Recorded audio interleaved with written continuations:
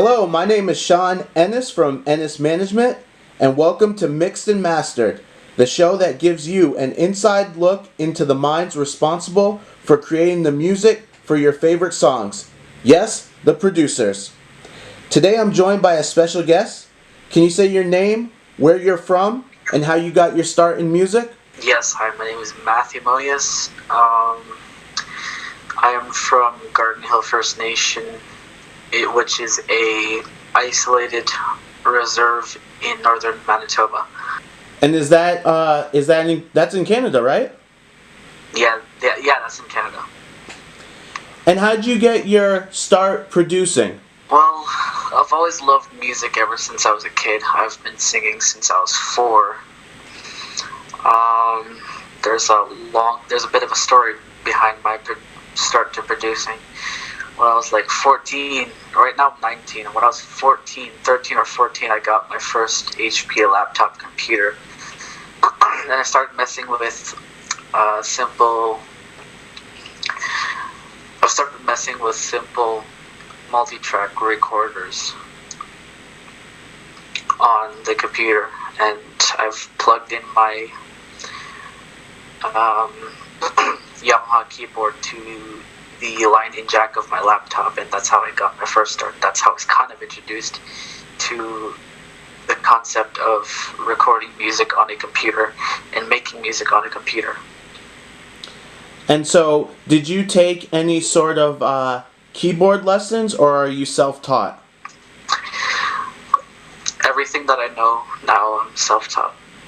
I've been playing the keyboard since I was 12, 13, 14. Wow, that is incredible. So, what sort of music do you like to listen to?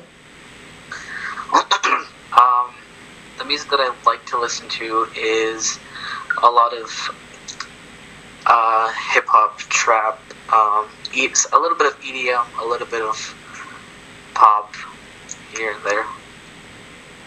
And how would you kind of describe the sound of the music that you make? Melodic trap is the best way how I can describe it. And what are you using right now to create your music? Like what sort of DAW and what sort of instruments?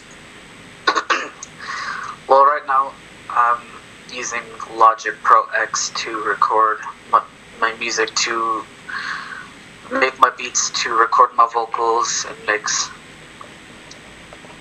And what is it about Logic that you enjoy using that particular program? Well, with Logic, one, it's accessible to the blind and visually impaired. I forgot to mention during my intro that I am blind. I was blind since birth. So on my computer, I'm running a MacBook Pro with a screen reader called VoiceOver. And using Logic, it's just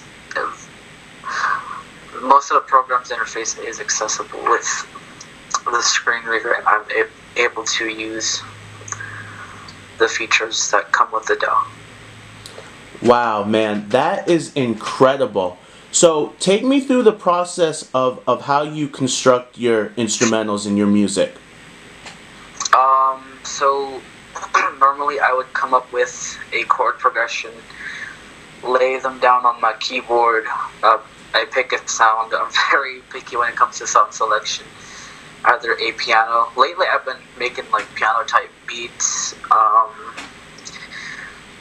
What I usually make stuff that I hear based off of like music I'm listening to, what inspires me. So like let's say I have a piano riff that is in my head. I would make a 9-bar piano loop, and I would add other elements such as bells, keys, or and then I would add drums, your hi-hat, clap, snare, percussion, 808s, all that fun stuff. So that's really interesting. I'm always kind of intrigued by different producers and how they go about constructing their tracks. So you prefer to start with the melody and then add the drums? Yeah, so like the chords, melody, and after that I would layer down all the melodic pieces, whether it being a simple pad, some bells, and then after all that's done, I would normally add the drums afterwards. And is there a particular reason you find that sequence to your liking?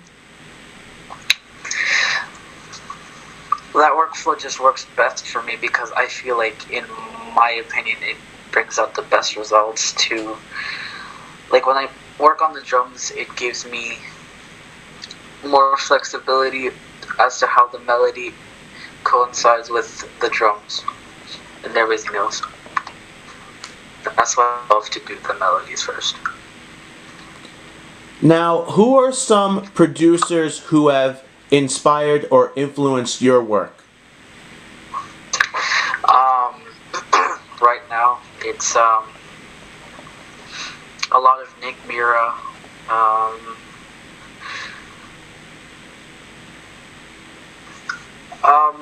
mainstream trap producers right now in the game, like T. Keef, and also the people who I work with really inspire me, and there's just so much. Can you talk about some of the artists that you're currently working with? So the artists I'm currently working with, so I'm part of a collective called Blind and Famous. There are a few of us. There are the top guy, the leader of this collective. His name is Question, and he's a rapper based out of Atlanta, and he's also blind. He's a blind artist, producer. He's a really good rapper, a freestyler. And there's another guy. His name is DJ TK. One of the best, I have to say. He is a rapper, singer, a really good producer, really talented producer, and I'm also co-producing his upcoming album, Stargazer. Now, can you talk about some memorable songs that you've produced that you're really proud of? So up to this day, I'm still getting out there as a producer, but like one of the songs I forgot to have mentioned, there's a couple of people I didn't mention that's part of Blind and Famous, but so far, one of the songs that I produced that are out there is a song called Styrofoam, and it's by Q Demasta. It's out there on YouTube. He's another part of the Blind and Famous collective, and that song is called Styrofoam. Now, what makes you want to work with a particular musician? Their workflow and their amount of music talent,